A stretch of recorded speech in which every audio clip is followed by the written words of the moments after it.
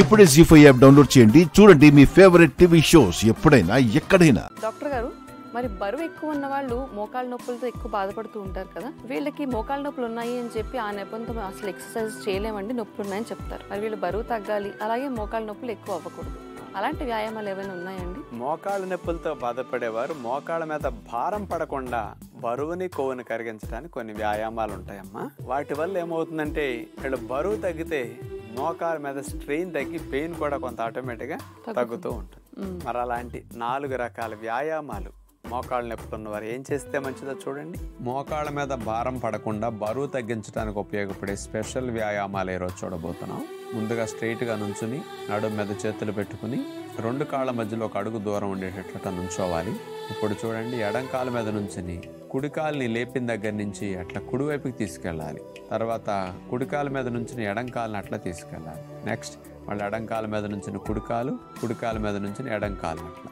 తొడలు, సీటు భాగము, గజ్జల భాగాల్లో ఉండే కొవ్వు ఇవన్నీ తగ్గటానికి ఇది బాగా ఉపయోగపడుతుంది. కానీ మోకాల మీద ఎక్కువ బరువు పడకుండా ఆ భాగాల్లో ఫ్యాట్ తగ్గడానికి వ్యాయామం బాగా ఉపయోగపడుతుంది. ఇట్లా ఒక 10-15 సార్లు చేయగలిగితే బాగుంటుంది. ఆ తర్వాత రెండో వ్యాయామంగా ఇక మన వజ్రాసనంలో కూర్చుని సైడ్కి అట్లా బెండ్ అయి కుడి మోక చేతిని అట్లా నేల కానించేసి ఆ తర్వాత సీటుని పైకి లేపుతాం. పాదాలు మాత్రమే నేల కాని ఉంటాయి, కాళ్ళు స్ట్రైట్గా ఉంటాయి, మోకాళ్ళ దగ్గర బెండ్ చేయకూడదు. ఎడమ చేతిని పైకి లేపేసి అట్లా తల మీద నుంచి చాపేసి అట్లా సైడ్ బాగా బెండ్ చేయాలి. ఈసారి ఎడమ చేతిని నేల కానేటట్లుగా మనం అట్లా పెట్టి సీటుని నడువును పైకి లిఫ్ట్ చేసి కుడి చేతిని పైకి లేపేస్తాం, చాపేస్తాం. అట్లాగే శరీరాన్ని స్ట్రెచ్ చేసి కదలకుండా మనం ఉంటాం. ఇక మూడో వ్యాయామంగా సీట్ ఆనిచ్చి కూర్చున్న తర్వాత తొడల దగ్గరికి 2 పాదాలు వచ్చేటట్టు లాగుతాం. కాళ్ళ మధ్యలో కొద్దిగా దూరం ఉండేటట్టు పెట్టుకుని చేతులు పాదాలు నేల కానిచ్చేసి సీటుని పైకి లిఫ్ట్ చేసి ఆ తర్వాత కుడి చేత్తో ఎడమ పాదం పైకి లేపి ఎడమ పాదాన్ని తాకాలి. ఆ తర్వాత ఎడమ చేతిని పైకి లేపి కుడి పాదాన్ని పైకి లేపి అట్లా తాకాలి. లెగ్కి ఆపోజిట్ హ్యాండ్ అట్లా పైకి లిఫ్ట్ చేస్తాం. 2 ఒకేసారి సైమల్టేనియస్గా కాల్ని చేతిని మనం అట్లా పైకి లిఫ్ట్ చేసి టచ్ చేయాలన్నమాట.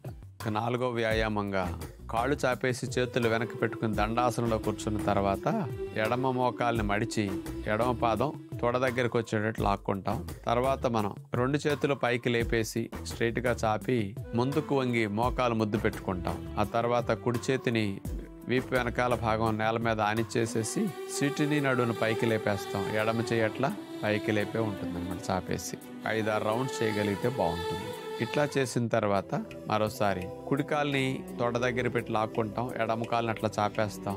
ఈసారి ఎడమ చేయిని వెనక్కి పెట్టేసి సీటు నడుమంతా పైకి లిఫ్ట్ చేస్తాం. మళ్ళీ నెక్స్ట్ చేతులతో పాదాలు పట్టుకుని మోకాళ్ళు ముద్దు పెట్టుకున్నాక మళ్ళీ ఎడమ చేయి వెనక్కి పెట్టుకుని సేమ్ రిపీట్ చేస్తాం. అట్లాగే ఈ ఎక్సర్సైజ్ని 5-6 రౌండ్స్ చేయగలిగితే బాగుంటుంది.